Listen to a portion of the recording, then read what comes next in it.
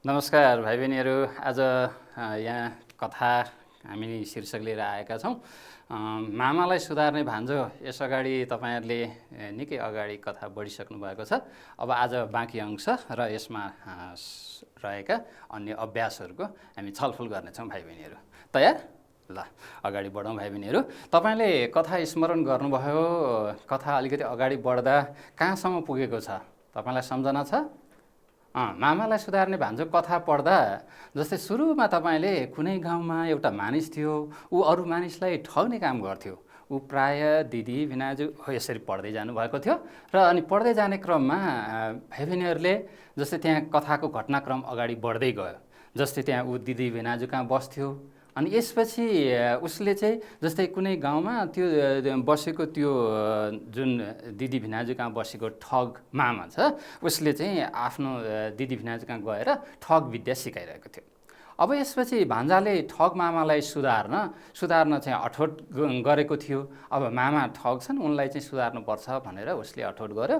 अनि भान्जो दुब्लो पातलो र लिखुरे घोडालाई चाँदीका टुक्रा खाना दिएर मामा घर चाहिँ ऊ पुगेको थियो। भाइ बहिनीहरूलाई सम्झना छ? यसपछि कथा अगाडि बढ्दै जाँदा जस्तै लिदीमा चाँदीका टुक्रा दिशा गर्ने घोडा हो भनी मामालाई झुक्क्याएर महँगो दाममा बेच्न ऊ तयार भएको थियो र बेच्यो पनि। मामाले किने घोडा। लोभी मामाले घोडा त किने, तर घोडाले दिशामा चाँदीका टुक्रा नदिएकाले घोडालाई पिटी उनले चाहिँ मारेको घटनासम्म हामी पुगिसकेका थियौँ। त्यसपछि अझै अगाडि बढ्दै जाँदा भान्जो खरायो लिएर मामा घर गयो र अनि आफ्नो घर जान प्रस्ताव गर्यो मामालाई। मामाले मेवा मिष्टान्न खान पाइँदैन, के जानु भनिसकेपछि उसले चाहिँ त्यहाँ चाहिँ जस्तै त्यहाँ उसले दिने कुरा गरेको छ। पहिले कुरा मिलाएका भान्जाले खरायोलाई कुखुराको मासु पकाउन भन्नु भनेर छोडिदिँदा खरायो घर गएको छ। त्यहाँ चाहिँ खरायो घर गयो, तर उसले भनेको त थिएन, तर त्यहाँ चाहिँ भनिएको भन्ने बनाइएको छ। यसपछि भान्जाको घरमा मामा पुग्दा मासु पाकेकाले लाम्काने खरायोप्रति मामा लोभिएर राम्रै मोलमा खरायो किन्यो। तपाईँलाई थाहा छ भाइ बहिनीहरू, त्यहाँ खरायोले भनेको त थिएन, तर त्यसबेला उसले पहिल्यै कुरा मिलाएको थियो भान्जाले र यसरी मामालाई उसले चुक्याएको देखिन्छ। मामाले त्यही खरायोलाई मालिकनीलाई खाना पकाएर घरमै बस्नु भन है भनेर पठाउनु, तर मामा त्यहाँ घर पुग्दा उनले चाहिँ मालिकनीले खाना नबनाएको अवस्था देखिन्छ अथवा खरायोले मानेको देखिँदैन। मामाले भान्जालाई खरायोले काम नगरेको बताउँदा खरायोले घर नचिनेर त्यस्तो भएको भन्नु। अब यो घटना चाहिँ तपाईँले कथामा पढिसक्नु भएको छ। यस्तै गरी घोडा मरेको, माइजूसँग पनि भनाभन भएको, भान्जाकै कारणले हो भन्दै ठग मामाले भान्जालाई बोरामा जबरजस्ती हालेर नदीतिर लगेको घटना पनि हामीले थाहा पाइसकेका छौँ भाइ बहिनीहरू। कथा अगाडि बढ्दै जाँदा मामा दिशा बस्न झाडीमा गएको बेला भान्जाले बिहे गर्दिन भनेको कुरा बिहे गर्दिन भन्दै अनि त्यसपछि बिहे गर्न मन नभएको कुरा बताएको भने भाइ बहिनीहरूलाई थाहा छ। यसपछि ऊँटवालाले त्यो कुरा सुनेको हुन्छ, बोरामा बसेको भान्जाले भनेको कुरा, अनि उसले चाहिँ ओहो विवाह गर्न पाइने भयो अथवा बिहे गर्न पाइने भयो भनेर बोरामा ऊ चाहिँ म चाहिँ बोरामा बस्छु भनेर उसले भनेको छ र भान्जा चाहिँ बोराबाट निस्किएर ऊँटमा चढेर गएको छ। भाइ बहिनीहरू, यहाँसम्म हामीले कथा अनुच्छेद 28सम्म अघिल्ला कक्षामा पढेका थियौँ। मैले तपाईँलाई स्मरण गराएँ भाइ बहिनीहरू। अब बाँकी रहेको कथा अगाडि बढौँ है त। कथा वाचन गर्ने क्रममा हामीले जस्तै 29औं अनुच्छेद हेर्नुहोस् त। तपाईँहरू 29औं अनुच्छेद देख्न सक्नुहुन्छ हो। दिशा गरिसकेपछि मैले वाचन गरेँ है भाइ बहिनी, हेर्नुहोस् त, किताब हेर्न सक्नुहुन्छ अथवा यहाँ हेर्न सक्नुहुन्छ। दिशा गरिसकेपछि ठग मामाले त्यो बोरा नदीमा फालिदियो। बल्ल काँडो हट्यो भन्दै मक्ख पर्यो। नदीमा फालिएको ऊँटवाला बल्ल तल्ल बोरा च्यात्न सफल भयो। ऊ अलि तल नदी किनारमा उत्रियो। ज्यान बचेकामा उसले भगवानलाई धन्यवाद दियो भाइ बहिनीहरू। अब यहाँ ऊँटबाट यो ऊँटवाला चाहिँ बच्यो होइन। अब तर यहाँ ऊ चाहिँ त्यहाँबाट बोरा च्यातेर त्यहाँबाट बाँच्न चाहिँ सफल भएको घटना हामीले त्यो अनुच्छेदमा पढ्यौँ भाइ बहिनीहरू। अब हेर्नुहोस् त, बाँकी अगाडि बोरा बोक्दा मामा थकाइले चुर भएको थियो। उसले अगाडि एउटा मानिस ऊँटमा चढेर शानसँग जाँदै गरेको देख्यो। शानसँग होइन। मामाले यो मेरो भान्जो हो भन्ने थाहै पाएन। उसले कोही ऊँटवाला होला भन्ने सम्झेर पछाडिबाट बोलायो, हो ऊँटवाला, मलाई पनि केही परसम्म पुर्याइदेऊ न। ऊँटवालाले टाउको पछाडि फर्काएर हेर्दा ठग मामा आश्चर्यमा पर्यो। त्यो त भर्खरै नदीमा फालेको आफ्नै भान्जा पो रहेछ। ल हेर्नुहोस् त, यसरी मामालाई थाहा नै नदी भान्जाले के गरे त, ऊँटवालालाई चाहिँ नदीमा फालेर आफू चाहिँ त्यसरी ऊँट चढेर आएको यहाँ मामालाई थाहा थिएन। त्यसरी उनी आश्चर्यमा परे। अर्को अनुच्छेद जाउँ। ठग मामाले भन्यो, भान्जा मैले त तिमीलाई नदीमा फालेको थिएँ, तिमी भने ऊँट चढेर आउँदैछौ, यो कसरी सम्भव भयो? यसरी प्रश्न गर्यो। हेर्नुहोस् है भाइ बहिनीहरूले याद गर्नुपर्छ, पठन गर्दा यो वाचन गर्दाखेरि तपाईँले कसरी वाचन गर्ने अनि कस्ता चिन्हहरू राख्ने, कस्तो चिन्ह हुँदा कसरी अडिने। जस्तै हेर्नुहोस् त, ठग मामाले भन्यो, यसपछि यो चिन्ह दिएपछि तपाईँ अडान रोकिनु पर्यो एकछिन। अनि भान्जा यहाँ पनि तपाईँ अडिनु पर्यो, मैले त तिमीलाई नदीमा फालेको थिएँ। यसपछि पूर्ण विराम दिँदाखेरि यहाँ तपाईँले रोकिनु पर्ने हुन्छ। हामी त्यसरी पठन गर्छौँ है त। अब यसपछि कथा अगाडि बढ्दै जान्छ। भान्जाले कुरा बनायो, ओहो मामा, तपाईँले फालेपछि म नदीको पिँधमा पुगेँ, त्यहाँ त जनावरहरू कति कति, हाम्रो गाउँघरमा ऊँट नभएकाले मैले यही छानेर ल्याएँ। ल हेर्नुहोस् त भाइ बहिनीहरू, अब उसले भान्जाले कुरा बनाएर त्यसरी भनेको यहाँ देखिन्छ होइन। तपाईँ हामीले यहाँ अहिलेसम्म कथा पढ्दै जाँदा भान्जाले मामालाई, ठग मामालाई यहाँ झुक्क्याएको देखिन्छ र विश्वासमा लिन खोजेको देखिन्छ। ठग मामा जालमा पर्यो। लौ भान्जा बाबु, यहाँ भन्जा भएको छ, लौ भान्जा बाबु अबेर किन गर्ने त, मलाई पनि नदीमा फाल्नु पर्यो, हेरौँ तिमी जस्तै छानी छानी जनावर ल्याउन सक्छु कि। भान्जाले किन ढिलाइ गर्थ्यो, उसलाई त मामाको ठग काम गर्ने प्रवृत्तिलाई सुधार गर्नु थियो। उसले मामालाई बोरामा हाल्यो। मामाले भन्यो, टाउको चाहिँ बोराभित्र नखाँदा ल, नदीमा जनावर छान्न हेर्नुपर्छ। भान्जाले मनमा नै सोच्यो, मैले मामालाई सोझा साझालाई नठग्ने गरी हायल कायल पार्न पो यस्तो काम गर्न लागेको हो त। ल हेर्नुहोस्, अब तपाईँ हामीले के बुझ्यौँ भने यहाँ टाउको चाहिँ बोराभित्र नखाँदिकन जनावरलाई हेर्नका निम्ति मामाले त्यसो भनेको रहेछ, बोराभित्र नखाँदा है भनेर भान्जालाई भनेको घटना हामीले हेऱ्यौँ। अब कथा अगाडि बढ्छ। यो तपाईँले मौन पठन गर्नुहोस् त एकपटक। हो भाइ बहिनीहरू, म अब पठन गरेर सुनाउँछु। जस्तै उसले बोरा खुकुलोसँग कस्यो, टाउको पनि बाहिर निकाल्यो र नदीमा फालिदियो। तपाईँलाई मैले ससुर वाचन गरेर फेरि सुनाएँ। उसले बोरा खुकुलोसँग कस्यो, टाउको पनि बाहिरै निकाल्यो र नदीमा फालिदियो। अब मामालाई नदीमा फालिदियो भाइ बहिनीहरू। यसपछि नदीमा फाल्नासाथ मामा आत्तियो। ऊ पानीमा डुब्दै उत्रदै गर्न थाल्यो। उसले त्यहाँ कुनै जनावर देखेन। नदीमा डुब्दा 3-4 घुटका पानी खाइसकेको थियो। हेर्नुहोस्, उसले 3-4 घुटका पानी पिइसकेको थियो। त्यहाँ नदीमा त ऊ डुब्यो, अत्तालियो होइन, आत्तियो, ऊ डुब्दै र उत्रदै गर्न थाल्यो मामा। अनि यसपछि के भयो त, घटना अगाडि बढ्छ। हेर्नुहोस् त, ऊ चिच्याउन थाल्यो। मामा चिच्याउन थाल्यो। यो ठग मामा हो नि त, चिच्याउन थाल्यो, म अब कहिल्यै ठग्दिनँ, भान्जा बाहिर निकालिदेऊ। ऊ आत्तिएको छ, भान्जा बाहिर निकालिदेऊ, ऊ त आत्तियो नि त होइन।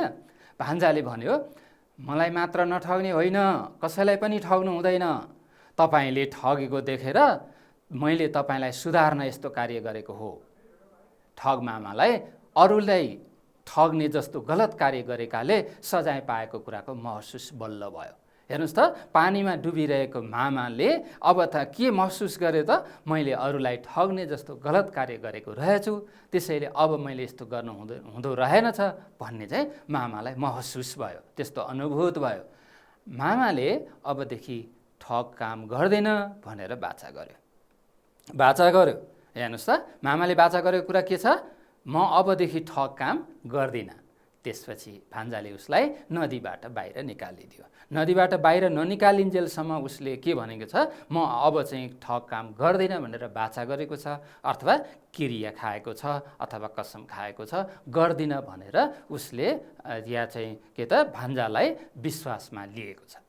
अब यसपछि कथा के भयो त, यसपछि मामा भान्जा आफ्ना घरतिर लागे। हामीले कथा यसरी सक्छौँ भाइ बहिनीहरू।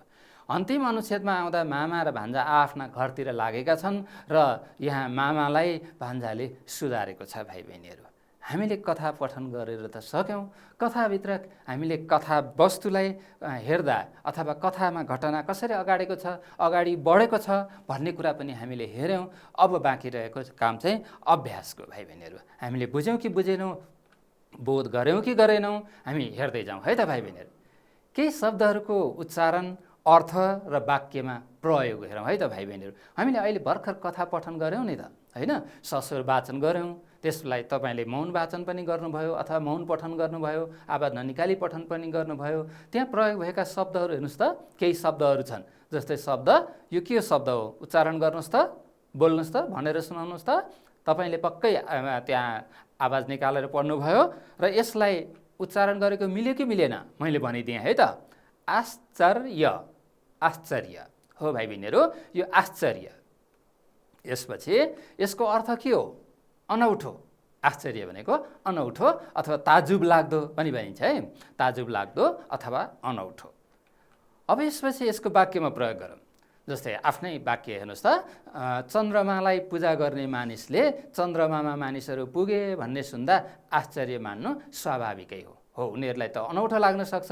हो, यसरी तपाईँले अर्थ आउने गरी वाक्यमा प्रयोग गर्नुपर्छ र अनि प्रयोग गरिसकेको वाक्यलाई यसरी रेखाङ्कन पनि गर्नु राम्रो, अथवा अधोरेखाङ्कन भन्छ यसलाई, अन्डरलाइन अङ्ग्रेजीमा, र हामीले अधोरेखाङ्कन भन्नुपर्छ। यसरी धर्का तानिदिनु भयो भने के हुन्छ, वाक्यमा कुन चाहिँ शब्द प्रयोग गरिएको हो भन्ने प्रष्ट हुन्छ भाइ बहिनीहरू। लेख्दा यसरी लेख्ने, तर अब तपाईँले वाक्य बनाउँदा तपाईँ अर्थ खोल्ने गरी वाक्य बनाउनुपर्छ, अथवा मैले आश्चर्य शब्द सुने भन्ने जस्तो अर्थहीन वाक्य बनाउनु हुँदैन भाइ बहिनीहरू, त्यो तपाईँलाई प्रष्टै थाहा छ।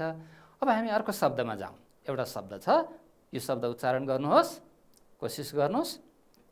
अब मिल्यो कि मिलेन? हायल कायल हो, हायल कायल, हायल कायल भनेर भन्छौँ हामी उच्चारण गर्दा। अब यसको अर्थ के हो?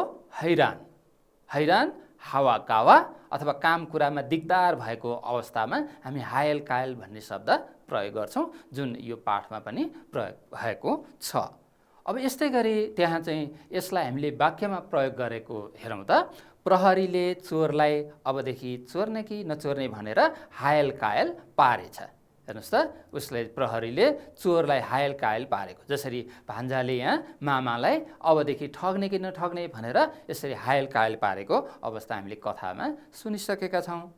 अब घुट्का शब्द हेर्नुहोस् त, मैले घुट्का भने, अब यस्तो त कसरी उच्चारण गर्ने? घुट्का हो, घुत होइन है, घुत्का होइन, घुट्का हो। तपाईँले कोहीले अब घुत्का भन्नुभएको छ भने घुट्का, टप बोल्नु पऱ्यो, घुट्का हो, घुट्का।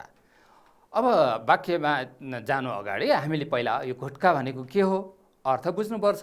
अर्थ के हो? एकै पटकमा निलिने झोल पदार्थको परिमाण। जस्तै तपाईँ हामीले घुटुक्क पिउँछौँ नि, केही निल्छौँ नि, होइन?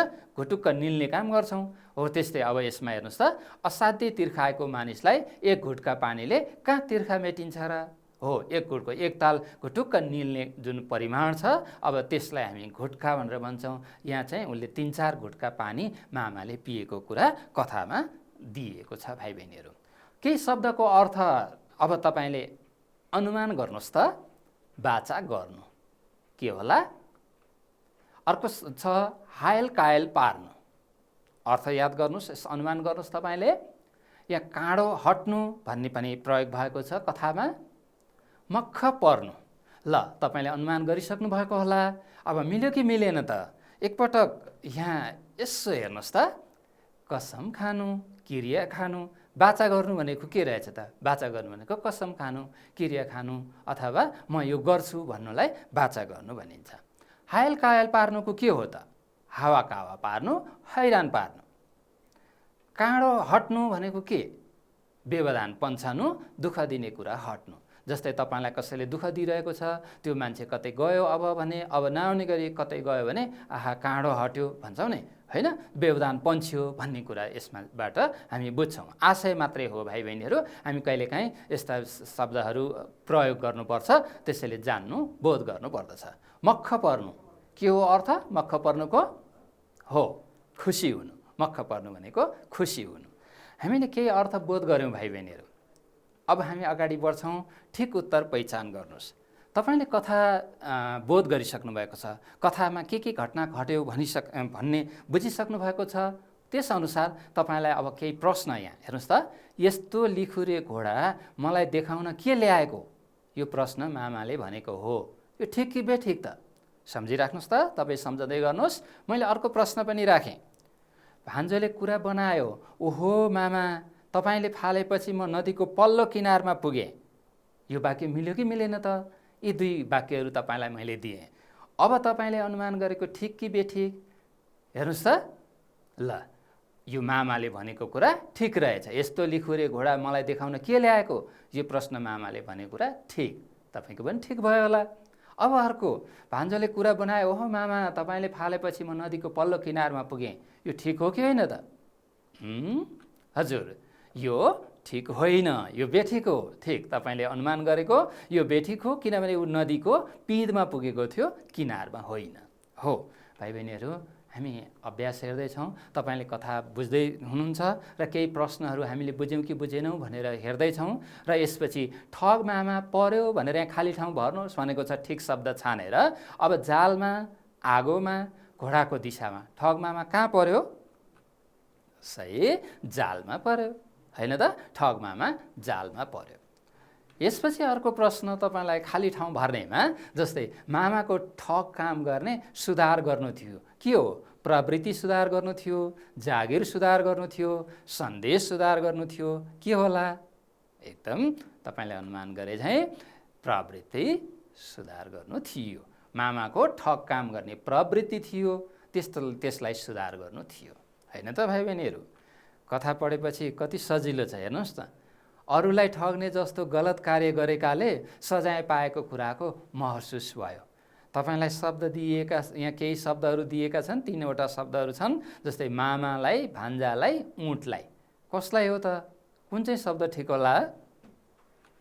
हेर्नुहोस् त, मामालाई। ठिक, मामालाई अरूलाई ठग्ने जस्तो गलत कार्य गरेकाले सजाय पाएको कुराको महसुस भयो। मामालाई त्यस्तो कुराको महसुस भयो। तपाईँले खाली ठाउँ पनि गर्नुभयो, ठिक कुन चाहिँ सही उत्तर भन्ने छान्नुभयो। अब अर्को थप अभ्यास हेरौँ त। कसले कसलाई भनेको हो? कसले कसलाई भनेको हो? ल यो वाक्य, टाउको चाहिँ बोराभित्र नखाँदा ल, कसले भनेको होला? हो, यो चाहिँ मामाले भान्जालाई भनेको हो। अनि मलाई मात्र नठग्ने होइन, कसैलाई पनि ठग्नु हुँदैन, यो वाक्य चाहिँ कसले भनेको हो त? हामीले अघि मात्रै पढेका थियौँ। हो, यो वाक्य भान्जाले मामालाई भनेका हुन्। अनि यसपछि म अब कहिल्यै ठग्दिनँ, यो कसले भन्यो त? कति सजिलो हेर्नुहोस् त, मामाले भान्जालाई भनेको। हामीले कसले कसलाई। अब तपाईँले के गर्नुपर्छ भने नि, पाठ हेरेर सबै पाठभित्र भएका सबै कथाहरूमा, त्यहाँ कथाभित्र जे यस्ता खालका वाक्यहरू छन्, कसैका भनाइहरू छन्, खोजेर याद गर्नु पर्यो कि कसले कसलाई भनेको हो। त्यो थाहा पाइराख्नुभयो भने कथा अझै बढी प्रष्ट हुन्छ भाइ बहिनीहरू। अब हामी जोडा मिलाउनेतिर जाउँ न त। तपाईँलाई यहाँ केही शब्दहरू दिएको छ यतापट्टि, जाल, बोरा, अलप, किनारा, सुधार्नु। यसको अर्थ यहाँ छ, तर तपाईँले पहिचान गर्नु पर्यो। जाल भने धोक्रो हो त? बोरा भने फसाउने कुरा हो त? के हो? ल अब तपाईँ अनुमान गर्दै हुनुहुन्छ। पक्का पनि तपाईँले कतिजनाले मिलाइसक्नु भएको छ। मिल्यो कि मिलेन एकपटक हेरौँ न त। ल, जाल भनेको फसाउने कुरा, बोराको अर्थ के हो? धोक्रो। अलप भनेको नि गायब, हेर्नुहोस् त, अलपसँग गायब, यसरी जोडा मिलाउनु पर्यो। किनारा वारिपारीको जग्गा, तट। अनि सुधार्नु, सपार्नु, सम्हाल्नु, सच्याउनु, सुधार्नु। भाइ बहिनीहरू, यस्ता शब्दको यहाँ चाहिँ शब्द दिएका छन्, यता अर्थ दिएको छ। तपाईँले शब्दको अर्थ जान्नुभयो भने यसरी सहीसँग जोडा मिलाउन सक्नुहुन्छ। जाल फसाउने कुरा, बोरा धोक्रो, अलप गायब, किनारा वारिपारीको जग्गा, तट, सुधार्नु, सपार्नु, सम्हाल्नु, सच्याउनु। हामी यसरी जोडा मिलाउन सक्छौँ भाइ बहिनीहरू। अब तपाईँले यहाँ जस्तै उल्टो अर्थ आउने शब्द पाठमा प्रयोग भएका केही शब्द मैले टिपेको छु, तपाईँ अनुमान गर्न सक्नुहुन्छ। तलको उल्टो के होला? परसम्मको अनि भित्रको पछाडिको तपाईँले अनुमान गर्नुभएको छ। अब मिल्यो कि मिलेन एकपटक हेर्नुहोस् त। जस्तै उल्टो अर्थ आउने शब्दलाई हामी विपरीतार्थी शब्द भन्छौँ। त्यो विपरीतार्थी शब्द तलको माथि, कति सजिलो, परसम्म ओरसम्म, भित्र बाहिर, पछाडि अगाडि। हो, यस्ता शब्दहरू तपाईँले अरू पनि खोज्दै कुन शब्दहरू त्यहाँ उल्टो अर्थ आउने शब्दहरू छन्। सबै शब्दको उल्टो त हुँदैन, तर धेरै शब्दहरू यस्ता प्रयोग भएका छन्। तपाईँले सकेसम्म धेरै सङ्कलन गर्नुहोस् र अनि उल्टो आउने शब्द अर्थात् उल्टो अर्थ आउने शब्द त्यस्ता खोजेर राख्नुहोस् है त भाइ बहिनीहरू। अब यसपछि अर्को चाहिँ हामी केही अगाडि अभ्यास पढ्ने यो अभ्यास गर्ने क्रममा चाहिँ उस्तै अर्थ आउने पर्यायवाची शब्द हेरौँ भाइ बहिनीहरू। उस्तै अर्थ आउने शब्दलाई पर्यायवाची शब्द भनिन्छ। हो, त्यस्ता शब्दहरू के छन् केही यहाँ मैले सङ्कलन गरेको छु पाठबाट। हेर्नुहोस् त, टाउको, टाउको उस्तै अर्थ आउने शब्द के हो? एकदम शिर, माथ, होइन। अब यसपछि अर्को सान शब्द आयो। सानको के होला? सानको उस्तै अर्थ आउने शब्द गौरव अथवा बडप्पन, होइन। गौरव अथवा बडप्पनलाई सान। अब पानीको चाहिँ के होला त? हामी पानी त धेरै प्रयोग गरिरहन्छौँ। पानीको अर्को त्यस्तो पर्यायवाची शब्द अर्थात् उस्तै अर्थ आउने शब्द के हो त? जल। हामीले बढी प्रयोग गर्छौँ जल।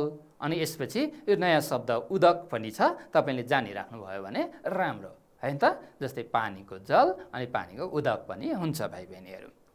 यसपछि अर्को तपाईँलाई कायल शब्द आयो। अब कायल शब्दको चाहिँ पर्यायवाची शब्द के होला त? उस्तै अर्थ आउने शब्द हो। अघि पनि हामीले यसको प्रयोग गरिसकेका छौँ, हैरान र हावाकावा। हैरान पनि हुन्छ, हावाकावा पनि हुन्छ। यसरी हामी उस्तै पर्यायवाची शब्द अर्थात् उस्तै अर्थ आउने शब्द पनि सङ्कलन गर्दै धेरैभन्दा धेरै बढी ज्ञान लिन सक्यौँ भने भाइ बहिनीहरू हाम्रो शब्द भण्डार वृद्धि हुन्छ। पाठमा यस्ता धेरै शब्दहरू छन्, खोज्न सक्नुहुन्छ है। अब तपाईँलाई एउटा मैले प्रश्न राख्ने भएँ, हिज्जे लेखनको। हिज्जे लेखन भनेको म शब्द भन्छु, तपाईँहरूले अब त्यो शब्द चाहिँ लेख्ने है त। ल, लेख्न तयार हुनुहोस् त। म केही शब्द भन्दै जान्छु, त्यो शब्द तपाईँले लेख्दै जाने है त। अनि त्यो शब्द मिल्यो कि मिलेन, अनि यसपछि म भन्छु र अनि त्यसपछि फेरि तपाईँलाई ती शब्द देखाउँछु र तपाईँले मिल्यो कि मिलेन, मिलेन भने सच्याउने, त्रुटि भयो भने, मिल्यो भने ठिक दिने है त। ल, मैले एउटा शब्द भने, त्यो शब्द हो, लेख्नुहोस् त। तयार? भर्खरै। ल, लेख्नुहोस्, भर्खरै। हो, त्यो शब्द अब मिल्यो कि मिलेन? एकपटक यहाँ हेर्नु होला। जस्तै भर्खरै मिल्यो। हो, अर्को शब्द मैले भने, अब त्यो तयार लेख्नलाई दोस्रो लेख्नुहोस्, सम्भव। सम्भव लेख्नुहोस्, सम्भव। हो, अब मिल्यो कि मिलेन? हेर्नुहोस् त। जस्तै सम्भव, सम्भव है, सम्भव मिल्यो। हो, अब यसपछि अर्को शब्द छ थकाइ। थकाइ। ल, थकाइ मिल्यो कि मिलेन? हेर्नुहोस् त। थकाइ, थकाइ होइन। जस्तै मैले यहाँ थकाइ लेखेँ, मिल्यो। अब यसपछि अर्को शब्द भन्दैछु म, लेख्नुहोस् त। महसुस। हो, महसुस। यता हेर्नुहोस्, महसुस मिल्यो। हो, अब यसपछि मैले तपाईँलाई अर्को शब्द भन्दैछु, लेख्नुहोस्, भान्जा। भान्जा। हो, भान्जा शब्द। हेर्नुहोस् त, मैले तपाईँलाई भान्जा शब्द लेखेँ। मिल्यो कि मिलेन? भान्जा। कोहीले फेरि आधा यहाँ लेख्नु भएको होला नि, हेर्नुहोस् है, भान्जा। अर्को शब्द लेख्नुहोस् त, सुधार्ने। सुधार्ने। हो, सुधार्ने। हेर्नुहोस् त, सुधार्ने। तपाईँले लेख्या मिल्यो कि मिलेन? सुधार्ने। हो, अब अर्को शब्द म भन्छु। अब दुईवटा छ है, नआत्तिनुहोस्। दुईवटा शब्द छन्। एउटा चाहिँ फालिदियो। फालिदियो। हो, फालिदियो। ल त, हेर्नुहोस् त, फालिदियो शब्द। हेर्नुहोस् त, मिल्यो कि मिलेन? फालिदियो। अब यसपछि अन्तिम शब्द मैले ल्याएको मात्रै अन्तिम हो नि, फेरि तपाईँले त धेरै अभ्यास गर्नुपर्छ है। धन्यवाद। धन्यवाद शब्द। हेर्नुहोस् त, धन्यवाद। हो, धन्यवाद। तपाईँले धन्यवाद शब्द लेखेको वादा लेख्ने कि बाधा लेख्ने? हेर्नुहोस् त, वादा। हो धन्यवाद, हामी बोल्दा चाहिँ धन्यवाद भन्छौँ। ल हेर्नुहोस्, भर्खरै, सम्भव, थकाइ, महसुस, भान्जा, सुधार्ने, फालिदियो, धन्यवाद गर्दा हामीले यो शब्द बनायौँ। ल यसो हेर्दा सुधार्ने भान्जाको चित्र जस्तो पनि बनेछ भाइ बहिनीहरू, होइन? भान्जाको जस्तो चित्र बनेछ सुधार्ने भान्जाको। यहाँ चाहिँ हामीले यस्ता शब्दहरू केही अभ्यास गऱ्यौँ भाइ बहिनीहरू। तपाईँलाई धन्यवाद सहभागी भएकोमा। अब हामी अरू थप अभ्यास गर्छौँ। केही शब्दहरू दोहोरिएर पनि आउँछन् नेपाली भाषामा भाइ बहिनीहरू, त्यस्ता शब्दलाई द्वितीय शब्द भनिन्छ। जस्तै उदाहरण हेर्नुहोस् त, बल्ल बल्ल। बल्लमा अर्को बल्ल थपेपछि, जस्तै बल्ल र बल्ल जोडिसकेपछि बल्ल तल्ल शब्द हुन्छ। हो यस्तै रहेछ दोहोरिएर आउने शब्द भनेको भाइ बहिनीहरू है। अब यसपछि तपाईँले जस्तै कायल, सानो, सामान, आफ्नो, सोझा शब्दहरूको पनि यसरी दोहोरिएर आउने शब्द कोसिस गर्नुहोस् त। जस्तै पहिलो हेर्नुहोस् त, सानो सानो। अब तपाईँ यो सानो शब्दको चाहिँ सानो र सानो जोड्दा के भन्छ? ससानो। सानो सानो पनि भन्न सकिन्छ, हामीले ससानो शब्द पनि प्रयोग गर्न सक्छौँ भाइ बहिनीहरू। अब यस्तो शब्दलाई हामी द्वितीय शब्द भन्छौँ। दोहोरिएर आउँदा पनि नयाँ शब्द निर्माण हुँदो रहेछ भाइ बहिनीहरू। सामान, सामान र सामान जोड्दा सरसामान। सरसामान हेर्नुहोस् त, यहाँ सर र सामानको होइन कि, सरको अर्थ होइन, सामान सामान भएर सरसामान शब्द नयाँ शब्द बन्यो भाइ बहिनीहरू। आफ्नो आफ्नो हेर्नुहोस् त, आफ्नोमा आफ्नो जोडिँदाखेरि आफ्नो शब्द हो। यो आफ्नो शब्द चाहिँ यस्तो दोहोरिएर आएको शब्द। दोहोरिए के दोहोरियो? आफ्नो शब्दमा दोहोरियो, आयो, त्यो र आफ्नो भएर आफ्नो भयो। त्यो भनेको आफ्नो आफ्नो आफ्नो। अब यसपछि सोझा सोझा के हुन्छ त? सोझामा सोझा शब्द थपिँदा सोझा सोझा, मूल शब्द सोझा भयो, त्यसमा अर्को सोझा थप्दा सोझा सोझा।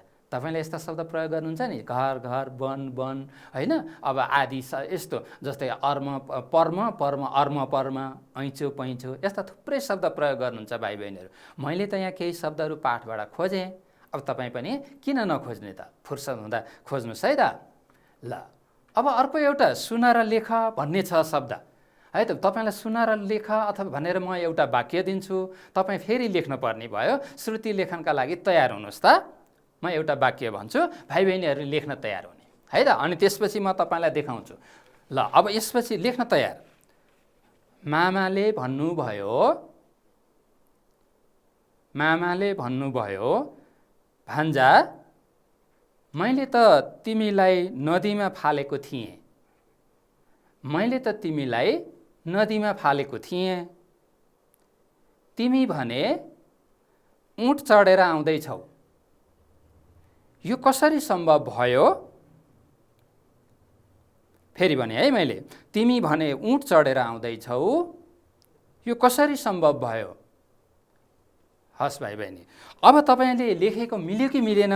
यहाँ एउटा लेखेको रहेछ, यो पनि मिल्यो कि मिलेन? म तपाईँहरूलाई देखाउँछु अनि त्यसपछि सच्याउँ है, सच्याउन पर्ने भए। जस्तै हेर्नुहोस् त, जस्तै तपाईँले यहाँ लेखेको देख्दै हुनुहुन्छ। अब भाइ बहिनीहरू यहाँ हेर्नुहोस् त, मामाले मैले भन्नुभयो भनेको थिएँ, यहाँ त भन्यो लेखेको रहेछ होइन? त्यसैले यो भन्यो बिग्रिएको छ। अब तपाईँले के गर्नु पर्यो? यहाँ भन्नुभयो लेख्नु पर्यो। भन्नुभयो, यसरी तपाईँले भन्नुभयो भनेर एउटै टिकामा लेख्ने भाइ बहिनीहरू। अब यसपछि भान्जा, यो ठिक छ, तपाईँ भन्नुभयोपछि यस्तो चिन्ह, भन्नुभयो पछि यो चिन्ह राख्नु पर्यो, अनि उद्धरण चिन्ह अथवा यसलाई अल्पविराम चिन्ह अनि उद्धरण चिन्ह यस्तो चिन्ह राख्ने। भान्जा पछि अल्पविराम चिन्ह राख्ने। त तिमीलाई नदीमा फालेको थिएँ। ठिक छ भाइ बहिनीहरू, हो यस्तै हुनुपर्छ है, थिएँ हुनुपर्छ, चन्द्रबिन्दु दिनुपर्छ, पूर्णविराम। तिमी भने ऊँट, हो ऊँट पनि यस्तै ठिक छ। फेरि कोहीले यस्तो लेख्नु भएको होला नि, यस्तो होइन नि, होइन यस्तो लेख्ने होइन, ऊँट नै लेख्नु पर्यो, यही ठिक छ है। अनि त्यसपछि चढेर आउँदैछौ, यो पनि ठिक छ। यो कसरी सम्भव भयो लेखेको रहेछ भाइ बहिनीहरू, हो यो पनि मिलेन। हो अब भयोलाई के गर्नु पर्यो? भयो भन्नु पर्यो होइन? यो कसरी सम्भव भयो भनेर यसरी लेख्नु पर्यो भाइ बहिनीहरू। भन्नुभयो यसरी लेख्नु पर्यो। अरू यो सबै ठिक छ, अरू सबै ठिक छ, यसरी सच्याउनु पर्यो भाइ बहिनीहरू। हो जसै यसरी कुनै ठाउँमा गल्ती हुनसक्छ, त्यो तपाईँले पनि सच्याउन सक्नुहुन्छ भाइ बहिनीहरू। ल ल अब हामी अर्को थप अभ्यास जाउँ है त भाइ बहिनीहरू। उत्तर भन त। जस्तै यहाँ मामाले भान्जालाई किन टाउको चाहिँ बोरामा नखाँद भनेको हो? तपाईले सही अनुमान गर्नुभएको होला। नदीबाट जनावर छानी छानी ल्याउनु पर्ने भएकाले मामाले भान्जालाई टाउको चाहिँ बोरामा नखाँद भनेको हो। अनि मामा नदीमा डुब्दा कति पानी खाइसकेको थियो? हो, मामा नदीमा डुब्दा 3-4 घुटका पानी खाइसकेको थियो। कथा कति सजिलो छ। तपाईहरुले कथा बुझिसक्नु भएको छ। अब प्रश्नको उत्तरमा अलिकति लामो उत्तर लेख्नुपर्छ। अब तर यसलाई छोटै उत्तर भन्नुपर्छ भन्दा जस्तै भान्जाले मामालाई बोरामा किन खुकुलै बाँध्यो? हो भाइ बहिनीहरू, ठग मामालाई सुधार्न भान्जाले हावाकावा पार्न मात्र खोजेको हुँदा बोरामा खुकुलै बाँधेको थियो। नदीमा गएर भान्जाले ऊँट ल्याए चाहिँ आफूले पनि छानी छानी जनावर ल्याउन पाइने रहेछ भन्ने लोभ मामालाई थियो। बोराभित्र बसेको मामालाई मार्ने मन भान्जाको थिएन। भान्जाले मामाको ठग काम गर्ने प्रवृत्तिलाई सुधार्ने र अबदेखि नठग्ने बाचा गराउनका लागि मात्र नदीमा फाल्ने योजना बनेको थियो। त्यसैले बाटो बिराएका मामालाई हायल कायल पारी सुधार्न भान्जाले बोरामा खुकुलै बाँध्यो। भाइ बहिनीहरू, यो त उत्तर यहाँ तयार गरिएको छ। भाइ बहिनीहरूले आफ्नै किसिमले उत्तर लेख्ने कोसिस गर्नुपर्छ। मामालाई किन खुकुलै बाँधेको भन्दा यहाँ चाहिँ मामालाई मार्ने योजना त थिएन, त्यही भएर बोरामा खुकुलो बाँधे भने त फुत्केर आउन सजिलो हुन्छ भनेर यहाँ चाहिँ खुकुलै बाँधेको हो भन्ने तपाईले मामालाई लगाउन हो नि त, तर लगाउनका निम्ति हो नि त भन्ने उत्तर आउने आशयको उत्तर लेख्नुपर्छ भाइ बहिनीहरू। अर्को प्रश्न राखेँ मैले, भान्जाले ठग मामालाई कसरी सुधार्यो? हेर्नुहोस् त, यो शीर्षकै ठग मामा सुधार्ने कुरा छ नि त, भान्जाले सुधारेको कुरा छ हैन। त्यसैले अब यसमा हेर्नुहोस् त, बोरामा बाँधिएर नदीबाट मन परेको जनावर ल्याउन ठग मामा हतारिएको देखेपछि भान्जाले बोरामा बाँधेर नदीमा फालेको थियो। कसलाई? मामालाई, हैन त। मामालाई हायल कायल पार्न बोरा खुकुले कसेर टाउको बाहिरै पारी फाल्दा मामा नदीमा डुब्यो।